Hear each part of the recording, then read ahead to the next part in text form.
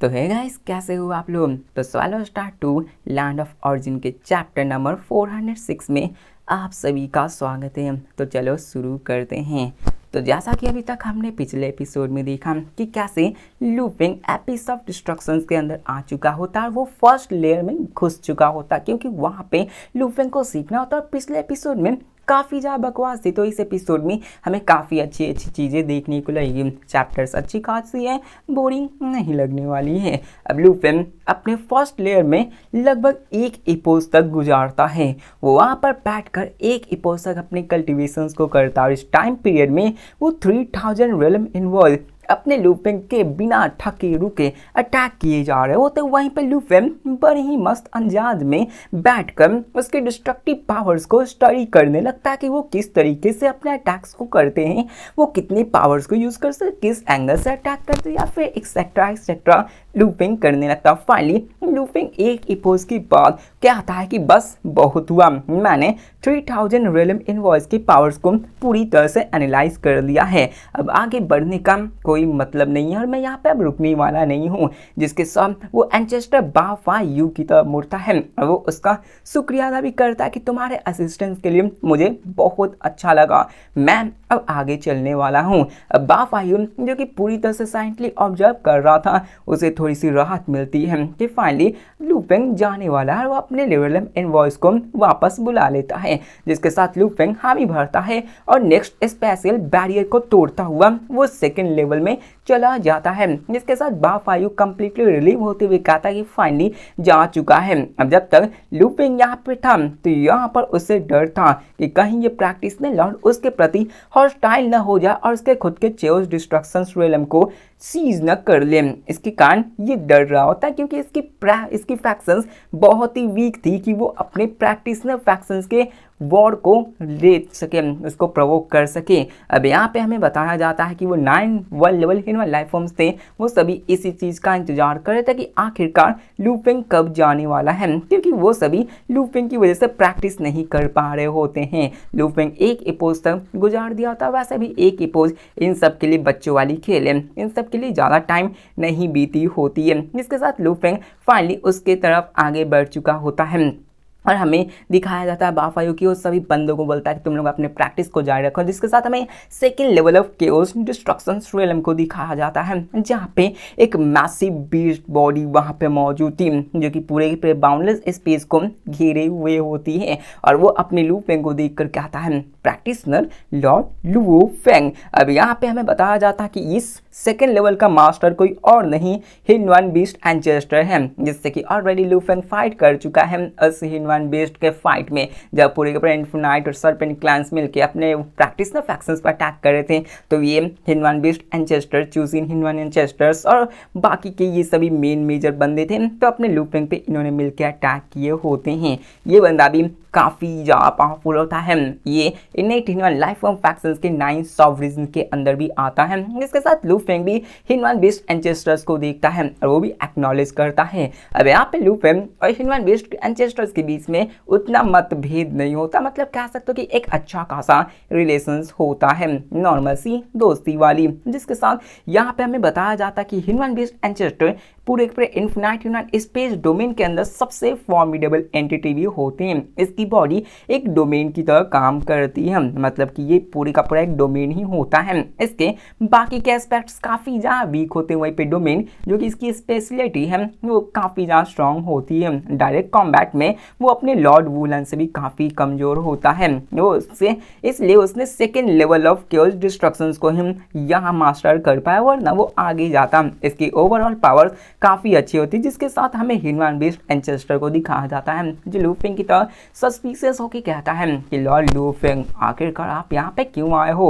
अब यहाँ पे उसने पर्सनली लूफिंग के ग्रेट ऑरिजिन डिस्ट्रक्शंस के एक्सप्लोजन्स को सह रखा था, क्योंकि वो फ्रंट लाइन पे लूफिंग पे अटैक करने गया था। तो लूफिंग ने उसी वक्त अपने आप को ब्लास्ट किया होता है। यहाँ पर उनके कंबाइंड हिनवान एंचेस्टर बीस्ट, ब्लैक टाइड, हिनवान एंचेस्टर, जायंट गॉड, एम्परर्स, उन सभी जो इनविंसिबल थे वहाँ पर भी वो डैमेज हो चुके होते हैं। लेकिन बात करें 1v1 कन्फ्रंटेशंस में तो हिनवान बीस्ट एंचेस्टर भी सोच रहा था कि मैं इसको तो हरा नहीं सकता, जिसके साथ लू फेंग उससे कहा था कि चिंता मत करो, मेरा यहाँ पे कोई भी इंटेंशन नहीं है कि मैं तुम्हारे केओस डिस्ट्रक्शन रेलम के लिए कंपीट करूँ, लेकिन मैं यहाँ पे तुमसे एक रिक्वेस्ट करना चाहता हूँ कि अपने सारे रेलम इनवॉइस को एक जगह जमा करो और मुझ पर अटैक करने के लिए कहो, वो भी फुल फोर्स के साथ। अब यहाँ पे ये देखकर हिनवान एंचेस्टर्स थोड़ा सा सोचने लगते, लेकिन वो फिर भी हामी करते हैं और कहते हैं बहुत कम, हम ऐसा ही करने वाले। और बहुत ही जल्द वहाँ पे group of black fair realm इनवॉइस रेलम वाले बंदे आ जाते हैं और यहाँ पर जो पहले 3000 थे तो यहाँ पर सिर्फ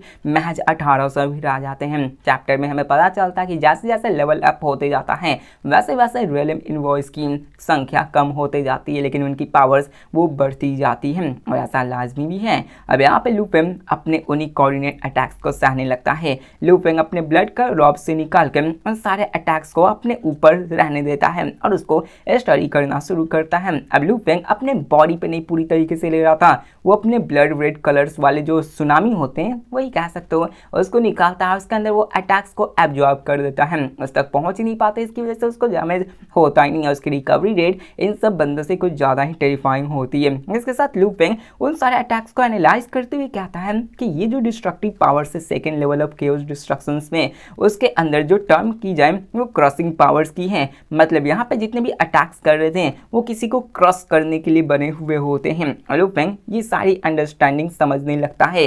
अब इसमें 80% डिस्ट्रक्शंस थी, वहीं पे 20% मटेरियल एसेंस थी। वहीं पे फर्स्ट लेवल की बात करें तो 80% डिस्ट्रक्शंस थी और 20% अलग अलग मिक्सर के होते हैं, मेनली लाइफ ही होती हैं, लेकिन यहाँ पे 20% मटेरियल एसेंस होती है। अब यहाँ पे लू फेंग उसी को देखने लगता है, लेकिन लू फेंग के लिए सुटेबल नहीं थी क्योंकि लू फेंग डिस्ट्रक्शंस और लाइफ को स्टडी किया करता था, लेकिन फिर भी इसके अंदर ज़्यादा डिस्ट्रक्शंस थी तो लू फेंग उसको अच्छे से समझ सकता था। अब लू फेंग उनसे डायरेक्ट कॉम्बैट में अंदर आ जाता है, वो अपने ऊपर अटैक्स को लाने लगता है और सबको स्टडी करने लगता है, जिसके साथ उन्हीं सारे इरेलम इनवॉइस को दिखाया जाता है जो कि वहाँ पे अटैक कर रहे होते, लेकिन तभी यहाँ पे एक अलग ही चीज होती है। होता क्या है कि इनविजिबल रिपल आती है, वहाँ पर ईडन डायमेंशन से एक ग्रे वेपन्स डिसेंड करते हुए निकलती है, जिसको देखकर लू फेंग की आंखें चमक उठती है और वो उस ग्रे वेपन्स को पकड़ लेता है जिसके अंदर से डिस्ट्रक्टिव पावर निकले तो काफी खतरनाक होती है। जिसके साथ लू फेंग स्माइल करते हुए कहता है ये मेरी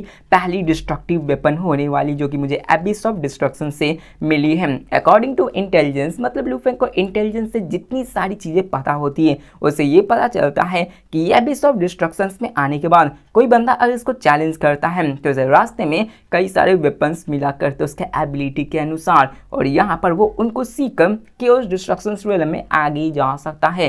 प्रीवियसली 7 लॉर्ड्स जो होते हैं उन्होंने भी कई सारे डिस्ट्रक्टिव वेपन्स को जमा किया होता है, उनमें से सबसे कम में भी 5 से 6 वेपन्स को जमा कर रखा था। वहीं पे लॉर्ड जिंगमैन की बात करें तो उस बंदे ने अकेले ही 20 डिस्ट्रक्टिव वेपन्स को अपने नाम कर लिया था, मतलब उन्होंने 26 को किया है तो 20 मिलना उतना भी रेयर नहीं होता है। लॉर्ड वुलान की बात करें तो सबसे कम है तो उसके पास ही महज 5 और 6 शॉट्स हैं जो कि यार 5 जो कि 7वें लेवल में ही मिल जाती है, तो समझ लो 26 में आपको 20 तो आराम से मिल ही जानी चाहिए। जिसके साथ लू फेंग उसको स्टोर कर देता है और यहाँ पर रख लेता है। अब ये भी बताया जाता है कि मोस्ट लॉर्ड जो होते हैं वो लैंड ऑफ ऑरिजिन में उसको रख देते हैं ताकि वहाँ पर वो उसको प्रैक्टिसनर यंगर प्रैक्टिशनर्स के लिए एक्सचेंज करवा सके, क्योंकि यहाँ पे जितने भी वेपन्स निकलते हैं मोस्टली वो लॉर्ड को सूट नहीं करते हैं। अगर लॉर्ड्स को वो सूट कर गए तो यार उनकी पावर्स काफ़ी ज़्यादा बढ़ जाएगी। प्रीवियसली वॉर के समय जब यहाँ पे लॉर्ड्स अपने देख रहे होते कि वो हारने के सिलसिले में हैं तो उन्होंने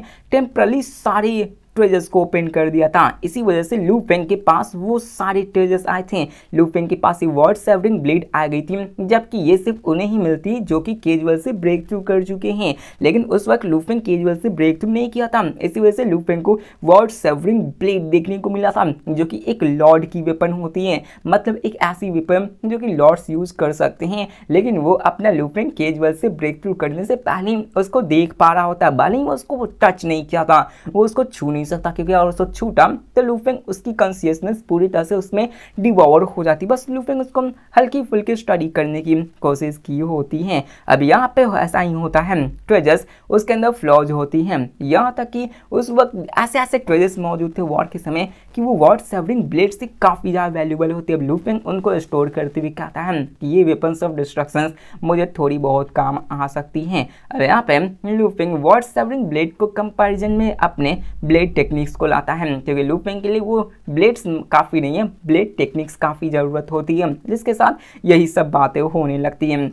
अब ये भी बताया जाता है कि ये सब नॉर्मल वेपन्स होती हैं, मतलब कि यार जो वर्ड सर्विंग ब्लेड है वो ज़्यादा खतरनाक वेपन नहीं है, वो नॉर्मल वेपन्स हैं, लेकिन कुछ कुछ ऐसी पावर्स होती हैं जो कि प्रैक्टिशनर लॉर्ड्स की पावर को बहुत ज़्यादा बूस्ट कर देती है, लेकिन ये काफ़ी ज़्यादा रेयर होती है। इंटेलिजेंस की रिपोर्ट से फिर से हमें एक और चीज़ बताई जाती है कि यहाँ पर एबिस ऑफ डिस्ट्रक्शन के अंदर कई ही दफ़ा आपको कोई वैल्यूबल आइटम्स मिलती हैं, बहुत ही मुश्किल से, मतलब ऐसा नहीं कि आप गए और आपको मिल जाए। एग्जाम्पल के रूप में हमें काई फूजी के वाइट बैटल आर्मर के बारे में बताया जाता है कि ये भी एबिस ऑफ डिस्ट्रक्शन से ही मिलेगी। ब्लेड ही नहीं मिलती बल्कि यहाँ पे कई और चीज़ें मिलती, जैसे कैफू को आर्मर मिली होती हैं। और यहाँ पर हमें ये भी बताया जाता है कि इसी कारण लॉर्ड जिन अपने एबिस ऑफ डिस्ट्रक्शंस में इतना जाना चाहते थे, वो भी यहाँ पर आकर किसी रेयर ट्रेजर्स को खोजना चाहते हैं, और वो इसलिए लूफेंग को यहाँ जाने के लिए बोलते हैं ताकि वो एक पावरफुल वेपन्स या फिर एक बैटल आर्मर को ले सकें। लेकिन वो अभी खुद फिलहाल में ही जा रहा था,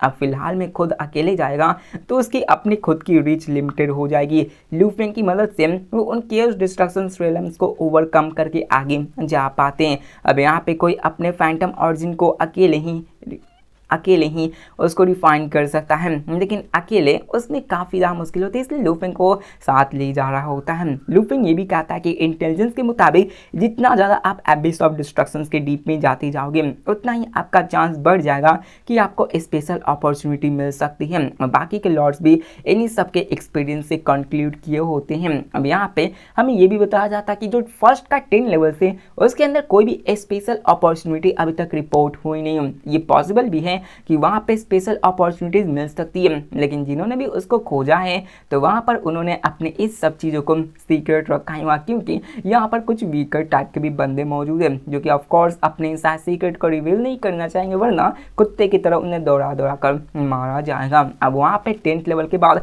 आपको स्पेशल अपॉर्चुनिटी लगभग हर जगह मिलते रहती है, लेकिन बहुत पहले ही कैफी जी को यहाँ पे 19 लेवल पे एक ऐसी अपॉर्चुनिटी मिली थी जहाँ पे वो काउंटलेस डेंजर्स को ओवरकम करने के बाद उसे फाइनली वाइट बैटल आर्मर मिली थी, जो कि उसे एंडलेस वर्षों तक उसके साथ बनी रही थी। ये आर्मर इतना ज़्यादा पावरफुल है कि सारे एक्सटर्नल अटैक से उसको इमेंस रेसिस्टेंस प्रदान करती है, इसकी वजह से उसके पास पावर्स आ जाती है। और इसकी पावर्स आप इस बात से अंदाज़ा लगा लो कि इसकी पावर्स किसी मिस्टीरियस लैंड को कंट्रोल या फिर रिफाइन करने के बेनिफिट से भी ज़्यादा होती है, मतलब उसके ही बराबर आप कह सकते हो इतनी भयंकर वाली इस एक सीक्रेट आर्मर की पावर्स होती हैं। और र्यूमर ये भी कहा जाता है कि ये सब अपने अपॉर्चुनिटी 20 लेवल में और भी बढ़ जाते हैं, मतलब 21 22 के बाद और भी ज़्यादा बढ़ जाते हैं। लेकिन अभी तक इन्फिनाइट ह्यूमन स्पेस के अंदर सिर्फ 4 ही ऐसे बेंग हैं जिन्होंने कि 20 के ऊपर के लेवल्स को ऑक्यूपाई कर रखा है। Infinite serpent human ancestor 21st level पे है, मॉग जी वो 22nd पे है, वहीं पे अपने जिंग मैंग 26 और साज वो 27 पे होते हैं। वहीं पे बात करें युवान की तो उन्होंने 19 लेवल को ऑक्यूपाई कर रखा है, लेकिन इसका ये मतलब नहीं है कि वो इन्फिनाइट ह्यूमन एंसेस्टर या फिर मॉगजू से वीकर है, ऐसा सिर्फ देखने के लिए लगता है, क्योंकि हमें ये बताया जाता है कि एबिस ऑफ डिस्ट्रक्शंस में आपको एक सिग्निफिकेंट एडवांटेज मिल जाता है। अगर किसी बंदे को 21st लेवल को कंक्वर करना है तो युवान को यहाँ पे इन्फिनाइट सर्पेंट ह्यूमन एंसेस्टर्स और बाकी रियलम इनवॉइस के कंबाइंड इंस्टेंट के रेसिस्टेंस को राइवल करना होगा। मतलब ये समझ लो कि इन्फिनाइट ह्यूमन स्पेस पहले से ही जाकर वहाँ पे घात लगा के बैठ चुका है, जैसे कि जिंग मैंग और सांजुओ का था। वहाँ पे जिंग मैंग अपने सांजुओ से वीक नहीं था, लेकिन वो पहले ही घात लगाकर बैठी है तो अपने सांजुओ के भी कहर को सहना पड़ता, वहीं पे रियलम इनवॉइस के भी पावर्स को सहना पड़ता है, जिसकी वजह से वो आगे नहीं बढ़ पाते। वहीं पे इन्फिनाइट सर्पेंट क्लैन भी पहले ही आके उस जगह को हथिया चुका है, जिसकी वजह से अपने युवान को सबसे फाइट करना पड़ता है, इसलिए वो आगे नहीं जा पा रहे होते हैं। माफ़ करना, भी बारिश हो चुकी है, तो बारिश में अगर कोई बैकग्राउंड साउंड आउं तो मतलब बैकग्राउंड साउंड आए तो माफ़ करना। जिसके साथ हमें ये बताया जाता है लू फेंग के बारे में कि लू फेंग कहता है कि चलो इसको धीरे धीरे ही करते हैं, क्या ही होगा इतनी जल्दबाजी करने में। वो उन सबको अपने ऊपर फिर से सहने लगता है। लू फेंग अभी क्रॉसिंग पावर्स को हाईएस्ट लेवल डिस्ट्रक्टिव फोर्स के साथ उसको सहारा होता है। उसके साथ हमें हिनवन बीस्ट एंचेस्टर को दिखाया जाता है, जो कि अपने सेकंड लेवल केवल डिस्ट्रक्शन में रहकर अपने लू फेंग को देख रहा होता है। वो लू फेंग की तारीफ करते हुए कहता है कि ये प्रैक्टिशनर लॉर्ड, ये तो हिनवन डॉ को कॉम्प्रीहेंड करके रखते हैं। वहीं पे मेरी बात करें तो मैं अपने इनेट टैलेंट पे रिलाई करता हूँ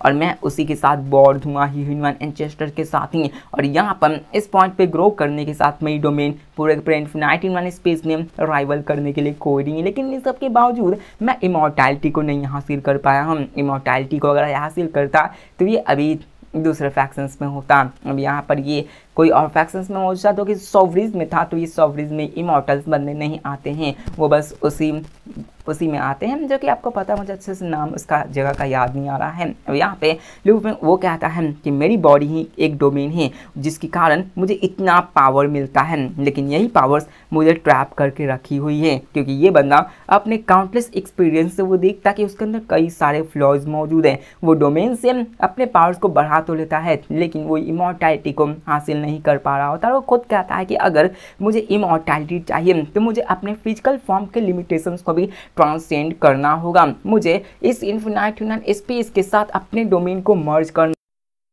डोमेन को ही इसके साथ मर्ज कर देगा। जैसे लू फेंग सारे लॉर्ड्स को देख लो, तो लॉर्ड्स अपने डॉ के साथ जुड़े हुए हैं। जब तक लू फेंग की लाइफ वाली डॉ कंप्लीटली डिस्ट्रॉय न कर दी जाए, जो कि नेक्स्ट टू इम्पॉसिबल है, क्योंकि लाइफ डिस्ट्रॉय कर दी तो कुछ नहीं बचेगा, कोई नहीं। अगर लाइफ एक भी जिंदा रही तो मतलब लाइफ वाली डॉ मौजूद है, मतलब लू फेंग जिंदा है। लू फेंग तब तक नहीं मरने वाला है, जो कि नेक्स्ट टू इम्पॉसिबल है। यही बात इसके साथ भी है। अगर ये बंदा खुद को इनफिनाइट ह्यूमन स्पेस के डोमेन के साथ मर्ज कर दे तो ये बंदा भी इमॉर्टल हो जाए, क्योंकि जब तक डोमेन है तब तक ये भी बंदा रहे, और डोमेन को कोई भी खत्म नहीं कर सकता जब तक कि पूरे इनफिनाइट ह्यूमन स्पेस को ही खत्म ना कर दे, जो कि हो ही नहीं सकता कभी। जिसके साथ यहाँ पे वो कहता है कि इसी कारण तो मुझे नहीं मिल पा रही है। अभी के मुकाबले मुझे देखा जाए तो मेरी बॉडी अनहिलेशंस के भी हो सकती है, मतलब अगर किसी ने बहुत ही अच्छे से अटैक किया, घेर के मारा, बहुत बार मारा, तो मैं कंप्लीट अनहिलेशंस को भी ले सकता हूँ। उसने ऑलरेडी लू फेंग के ग्रेट ऑरिजिन डिस्ट्रक्शंस को एक्सपीरियंस कर रखा था। उस टाइम लू फेंग ने अपने बहुत ही पावरफुल अटैक्स को दिखाया था,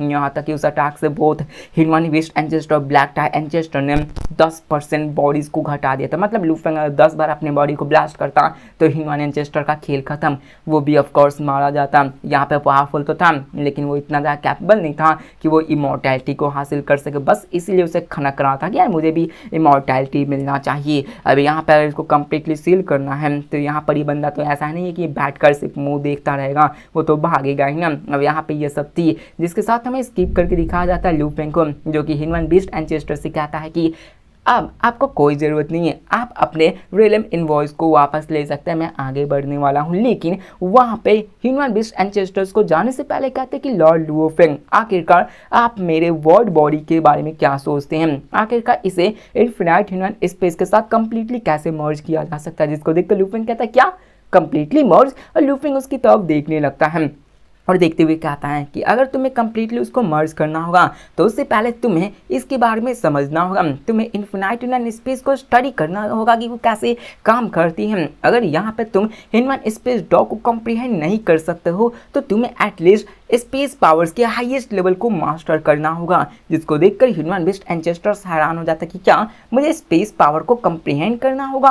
अब ये बंदा ऑलरेडी ये सोच रखा था कि यार मुझे करना होगा, लेकिन ये भी अपने मोरोसा के जैसे था, जिसको कि पढ़ाई लिखाई में कोई इंटरेस्ट नहीं थी, तो इसने करना ही छोड़ दिया था। इसी कारण ये नहीं गया था, इसी वजह से इसको इमॉर्टैलिटी नहीं मिली होती है, क्योंकि यहाँ पर किसी एक नई सुप्रीम लेवल पावर्स को कॉम्प्रीहेंड करना बहुत ज़्यादा डिफिकल्ट होता है। इसके साथ ह्यूमन बीस्ट एंचेस्टर लू फेंग का शुक्रिया अदा करते हुए चले जाते हैं और लू फेंग भी वहाँ पे नेक्स्ट लेवल में चला जाता है। जिसको देखकर वो बंदा कहता है कि जो प्रैक्टिशनर लॉर्ड्स हैं ये तो काफ़ी ज़्यादा अच्छे हैं। और ये भी बताया जाता है, जो कि मैं आपको ऑलरेडी बता रखा है, कि प्रैक्टिशनर लॉर्ड्स सिर्फ इन्फिनाइट सर्पेंट क्लैन के द्वारा ही हॉस्टाइल करते हैं। वहाँ पर वो बाकी सारे फैक्शन से उतना ज़्यादा हॉस्टाइलिटी नहीं रखते हैं। उनकी उन सबसे काफ़ी अच्छी रिलेशन से, जो कि एंटी वॉर फैक्शन से, जो कि युद्ध नहीं किया करते हैं। और उन एंटी वॉर फैक्शंस में 9 सॉवरेन आते हैं, जिसमें और giant god emperor black tide हिनवान एंचेस्टर और हिनवान बीस्ट एंचेस्टर्स भी आया करते, क्योंकि वो एंटी वॉर फैक्शंस के लीडर हुआ करते हैं। अब प्रीवियस कॉन्फ्लिक्ट में ये सभी बंदे बीच में नहीं आए थे, लेकिन जब लू फेंग और बाकी लॉर्ड्स ने मिलकर हिनवान एंचेस्टर जो कि 70+ थे उन सबको हरा दिया था, तभी इन सबको मजबूरी में लाया गया होता। और इन सब का कहना था कि हमें फाइट नहीं कर, लेकिन फिर भी वो उन सबको दिखाने के लिए कि हम लोग पावरफुल हैं, इसी वजह से वो ज्वाइन किए थे। उन्होंने ये भी शर्तें रखी थी कि अगर यहाँ पे हमने कुछ बंदों को खोया तो मैं रिट्रीट कर जाऊंगा। मतलब कि इन सबको भी अपने इन सारी चीज़ों से काफ़ी नफरत होती है, लेकिन ये भी वॉर किया करते हैं। लेकिन लू फेंग और प्रैक्टिशनर लॉर्ड्स को उन सबसे दिक्कत नहीं थी, क्योंकि उन्होंने उन लंबे से वॉर्स के अंदर कभी भी मिलकर अटैक नहीं किया होता है। और प्रैक्टिशनर फैक्शंस तो जायंट गॉड एम्प्रेस और उसके एलाई से काफ़ी अच्छी दोस्ती भी बनाए हुए थे। आफ्टर ऑल, क्योंकि लॉर्ड्स उन सभी बैटल्स में अनस्कैटर्ड थे और काउंटलेस लाइफ फॉर्म्स की ही जान गई होती है, जिसके साथ लू फेंग जाते हुए कहता है कि यहाँ पर एक सुप्रीम लेवल पावर्स को कॉम्प्रिहेंड करना कोई आसान से टास्क नहीं, क्योंकि लू फेंग ने उसकी मदद कर दी, उसको एक रास्ता दिखा दिया कि तुम्हें ऐसे करना है। तो इसका मतलब ये नहीं है कि वो बंदा उस सुप्रीम लेवल पावर्स को कॉम्प्रिहेंड कर ही लेगा। प्रीवियसली लू फेंग अपने ब्लड पावर को कॉम्प्रिहेंड करने में लगभग 3 एपोज का टाइम गुजार दिया था, तब जाकर उसने हिनवान लाइफ एंड डेथ को कॉम्प्रिहेंड किया था। और इस वक्त लू फेंग ने अपने हिनवान ब्लेड डाउ को, जो कि नॉनसेंस फॉर्म में था, उसको भी कॉम्प्रिहेंड करने की कोशिश की, लेकिन वो काफ़ी ज़्यादा डिफिकल्टीज का फेस करना शुरू कर दिया। ऑफकोर्स ये काफ़ी ज़्यादा आसान था हिनवान ब्लेड डाउ को कॉम्प्रिहेंड डिफाइन करने के लिए। यहाँ पे लू फेंग की एक्सेप्शनल पोटेंशियल, उसकी इनेट कॉम्प्रिहेंशंस और एक्यूमुलेटेड अंडरस्टैंडिंग बाकी सारे बंदों से काफ़ी ज़्यादा अलग होती है। यहीं पे आपको पता चलेगा कि लू फेंग की जो जीनियस है वो कितनी ज़्यादा है। लू फेंग अपने लॉर्ड बनने के बावजूद जो जो कांड करने वाला है वो हमें देखने को काफ़ी अच्छा लगेगा, जिसके साथ हमें यहाँ बताया जाता है कि हिनवान एंचेस्टर, जो कि वही बकवास है हिनवान एंचेस्टर्स के बारे में, जो कि हमें ऑलरेडी बाकी सब देख रखा है, तो इसको स्किप करते हैं। जिसके साथ यहाँ पे हमें ये बताया जाता है कि लू फेंग ऐसे ही करते करते धीरे धीरे नेक्स्ट लेवल में जाना शुरू करता है। वहाँ पे हर एक लेवल में 1 से 2 इपोज वहाँ पे बिताता, वहाँ के केओस डिस्ट्रक्शन रिदम को सहना करता, उसको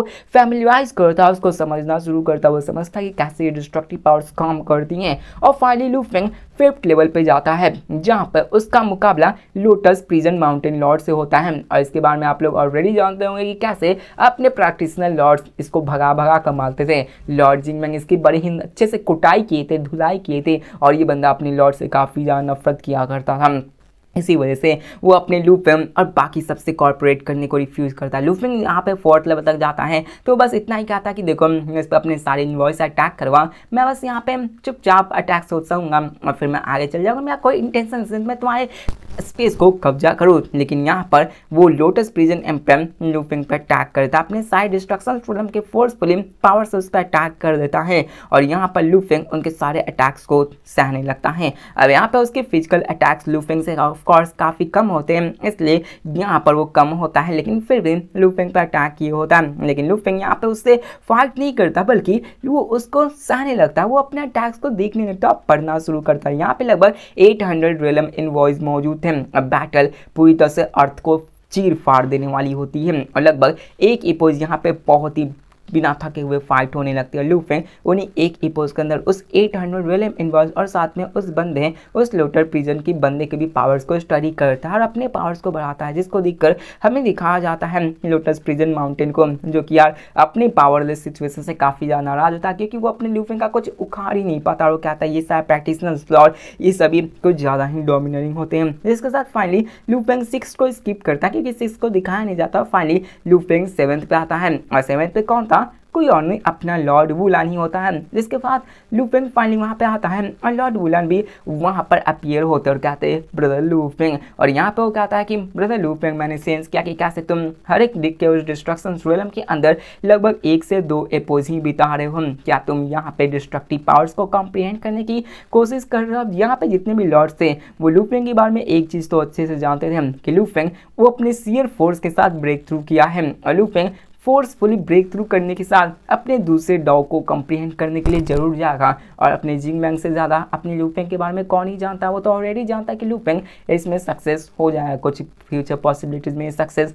हो चुका है। इसी कारण यहाँ पे जितने भी बंदे होते हैं, लॉर्ड्स होते हैं, उन्हें एक चीज़ अच्छे से भरोसा होता है कि लू फेंग अपने फर्स्ट डॉग को जितनी जल्दी कंप्रीहेंड कर लिया है तो उसको सेकेंड डॉग को कंप्रीहेंड करने में ज़्यादा टाइम नहीं लगने वाला है। इसके साथ लू फेंग कहता है कि हाँ, मैं यहाँ पे इसलिए आया हूँ क्योंकि मैं अपने बॉटल नेक पे अटक चुका था अपने सेकंड डॉग को सीखने के समय, इसलिए मैं एबिस ऑफ डिस्ट्रक्शंस में आया ताकि मैं अपने अंडरस्टैंडिंग को और भी डिपेंड कर सकूं। तो ये सुनकर लॉर्ड वुलन कहता कि चलो मुझे बताओ आखिर तुम्हें क्या ज़रूरत है। तो लू फेंग बस इतना रिक्वेस्ट करते हुए कहता है, ब्रदर वुलन क्या तुम अपने सारे रियलम इनवॉइस को मुझ पर अटैक करने को बोल सकते हो। जिसको देखकर वो कहता है ठीक है, बहुत अच्छा। और एक सिंगल टॉट में लॉर्ड वुलन वहाँ पे 600 रियलम इनवॉइस को मोबिलाइज करता है और हर एक 600 रियलम इनवॉइस वो एक मोल्टेन लावा बीस्ट की तरह होती हैं, जो कि बहुत ही भयंकर वाली गर्मी दे रहे होते हैं, ऑफ कोर्स बहुत ही भयंकर वाली। अब यहाँ पे दिखाया जाता है लू फेंग को जो कि वहाँ पे बैठा होता है। लू फेंग डिस्ट्रक्टिव पावर्स को देखकर कहता है कि इस डिस्ट्रक्टिव फोर्स का नाम है वायलेंट फोर्स, जो कि लावा के साथ मिक्स थी और यहाँ पे सिर्फ धमाके ही धमाके होने वाले थे। इस वायलेंट पावर के अंदर 80% ऑफ डिस्ट्रक्शंस थी, वहीं पे 20% ऑफ फायर होती है। अब लू फेंग यहाँ पर लगभग एक ही पोस्ट तक फिर से स्टडी करता है और फाइनली लू फेंग मतलब वुलन अपने रियलम इनवॉइस को विड्रॉ कर लेते हैं। जिसके साथ लू फेंग अपने ब्रदर वुलन से कहता है, ब्रदर वुलन क्या मैं तुम्हारे केओस ऑफ डिस्ट्रक्शंस को थोड़ी देर के लिए बोरो कर सकता हूँ। जिसको देखकर लॉर्ड वुलन हंसते हुए कहता है कि यार तुम्हें जितना देर तक रहना उतना देर तक रह सकते हो, मेरी क्लोन्स यहाँ पे यूजुअली रहा करती है तो तुम्हें चिंता करने की कोई ज़रूरत नहीं है। और वो वहाँ से चले जाते हैं। अब एक सिंगल थॉट में लू फेंग वहाँ पे अपने अर्थ के रिसेप में आ जाता है और एक सिंपल कल्टिवेशन स्कीप में जाकर बैठ जाता है और वहाँ पे कल्टीवेट करने लगता है। जिसके साथ लॉर्ड वुलन कहता है कि मैं तुम्हें डिस्टर्ब नहीं करूँगा ब्रदर लू फेंग, और वो वहाँ से चला जाता है, वो अपने डॉर्मेंट स्टेट में जाता है। वो उसी वक्त मतलब ये सो जाता है और यहाँ पे वो उसी वक्त जागता है जब इसे पता चलता कि कोई आउटसाइडर उसके रियलम के अंदर आने की कोशिश कर रहा था। जिसके साथ हमें लू फेंग को दिखाया जाता है जो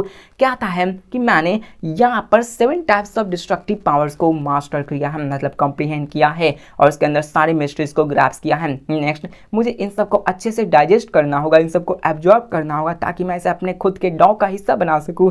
जिसके साथ लू फेंग अपने कल्टीवेशन स्केप के अंदर सेक्लूजन में चला जाता है और यहाँ पे हम लोग नेक्स्ट एपिसोड में लू फेंग की पावर्स को देखने वाले कि वो ब्रेक थ्रू करने मतलब ब्रेक थ्रू नहीं करेगा लेकिन उसकी पावर्स अच्छी खासा बढ़ जाएगी और लू फेंग नेक्स्ट लेवल में जाएगा। तो देखते क्या लू फेंग सांजियो को फर्स्ट टाइम में हरा कर सारे बंदों को शॉक कर देता है या फिर नहीं, क्योंकि मुझे तो लगता है हाँ कर देगा। तो मिलते हैं नेक्स्ट वीडियो में, तब तक के लिए बाय।